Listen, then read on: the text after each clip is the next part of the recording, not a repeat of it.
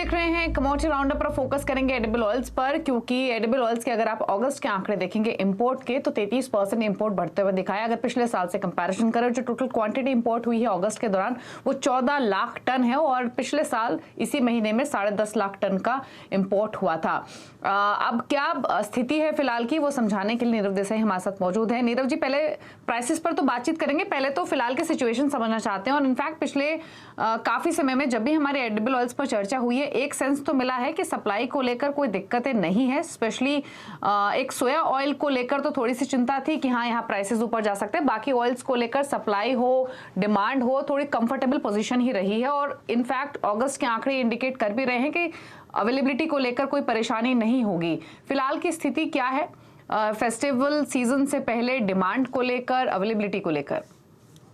नहीं तो देखिए, ओवरऑल सप्लाई सिचुएशन बहुत ही इम्प्रूव होती जा रही है। जैसा कि अगस्त में अच्छा इंपोर्ट रहा है, सितंबर में भी अच्छा इंपोर्ट रहेगा।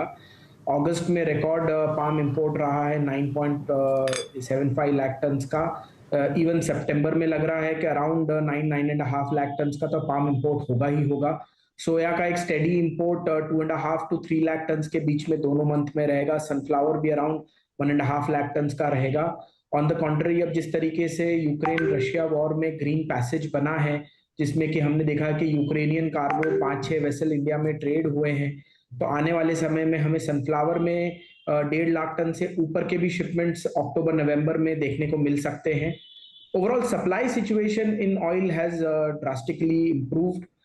जब से इंडोनेशिया बैन खुला है, आई वुड से कि एक बहुत बड़ा surge in supply from Indonesia आया है और धीरे धीरे पाइपलाइन स्टॉक्स, पोर्ट स्टॉक्स भी इम्प्रूव होते जा रहे हैं। तो सप्लाई वाइज मुझे कोई इशू नहीं दिखता इस फेस्टिवल सीजन में।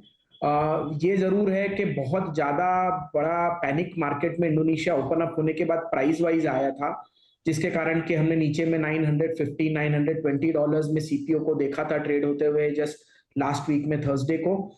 उससे थोड़ा सा मार्केट में एक रिलीफ रैली आया है। बट ये भी रिलीफ मैं बोलूंगा कि यूएस में अभी जो यूएसडीए रिपोर्ट आया, उसमें उन्होंने सोयाबीन का जो यील्ड है वो ड्रास्टिकली रिड्यूस किया मार्केट के एक्सपेक्टेशन से भी, और एंड स्टॉक भी थोड़ा टाइट आया, तो एक हेल्दी करेक्शन मार्केट में आया। बट बहुत ज्यादा आउटराइटली बुलिश सिनेरियो कहीं मार्केट में एडिबल ऑयल सेक्टर में अभी नहीं है। ऑन द कॉन्ट्ररी, ये इंडोनेशिया का प्रेशर के कारण जो मार्केट घट रहा था, बीएमडी भी 35-3600 के आसपास नीचे में चले गया था, आज नियरली 3800 है थर्ड मंथ। ये लेवल्स पे मुझे लगता है मार्केट स्टेबलाइज्ड रहेगा और इंडिया में कंटिन्यूअस इंपोर्ट का एक अच्छा फ्लो बना हुआ है और वो बना भी रहेगा। और आई थिंक फेस्टिव सीजन तक में सप्लाई बहुत रीजनेबली अच्छी रहेगी।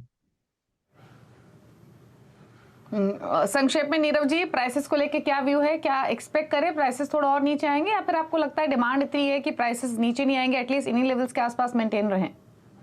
सो आई वुड से कि जो डिसरप्शंस मार्केट में थे वो सब धीरे धीरे सेटल आउट हो रहे हैं, आइन आउट होते जा रहे हैं। अभी जो हमने सब प्रॉब्लम्स देखना चालू करी थी फरवरी में, यूक्रेन रशिया वॉर, फिर इंडोनेशिया का बैन, इन सब ने प्राइसेस को बहुत बढ़ा दिया था। बाद ही में इंडोनेशिया का ओपनिंग अप होने से एक बहुत बड़ा पैनिक था डाउनवर्ड। साथ ही में आपके अभी हाल जैसे यूक्रेन का एक ग्रीन पैसेज बनने से वापस सनफ्लावर आने लग गया।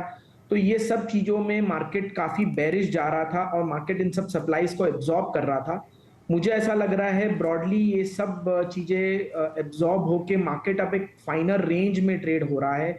अगर हम बीएमडी की बात करेंगे तो 3500 से 4000 रिंगिट के बीच में बीएमडी स्टेबली ट्रेड करती रहे, ऐसा मुझे लगता है। यहाँ प्राइस ट्रेंड की बात करें तो 900 to 980 डॉलर्स, $1000 के बीच में पाम ऑयल एक रीजनेबल रेंज में ट्रेड करता रहे, which is a reasonably priced palm oil.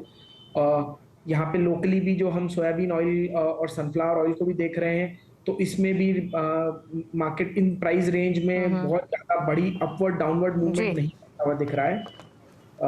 Soya crop जो लोकल है वो भी अभी आई वुड से एक एवरेज वे में शेप आउट कर रहा है। ओवरऑल बेटर क्रॉप था, बट थोड़ा एक्सटेंडेड रेंज से कहीं हो सकता है कि छोटा मोटा हिकअप आए। पर सबसे बड़ी बात यह कि लास्ट ईयर का कैरी ओवर स्टॉक जो है वो अराउंड 10 से 12 लाख टन का मिनिमम मिल सकता है, जो एक हर जगह सप्लाई को इंश्योर करते हुए चल रहा है। ओके, ठीक है, चलिए, तो ये प्राइसेस और फिलहाल की सिचुएशन, फिलहाल की अवेलेबिलिटी पर नीरव ने राय रखी।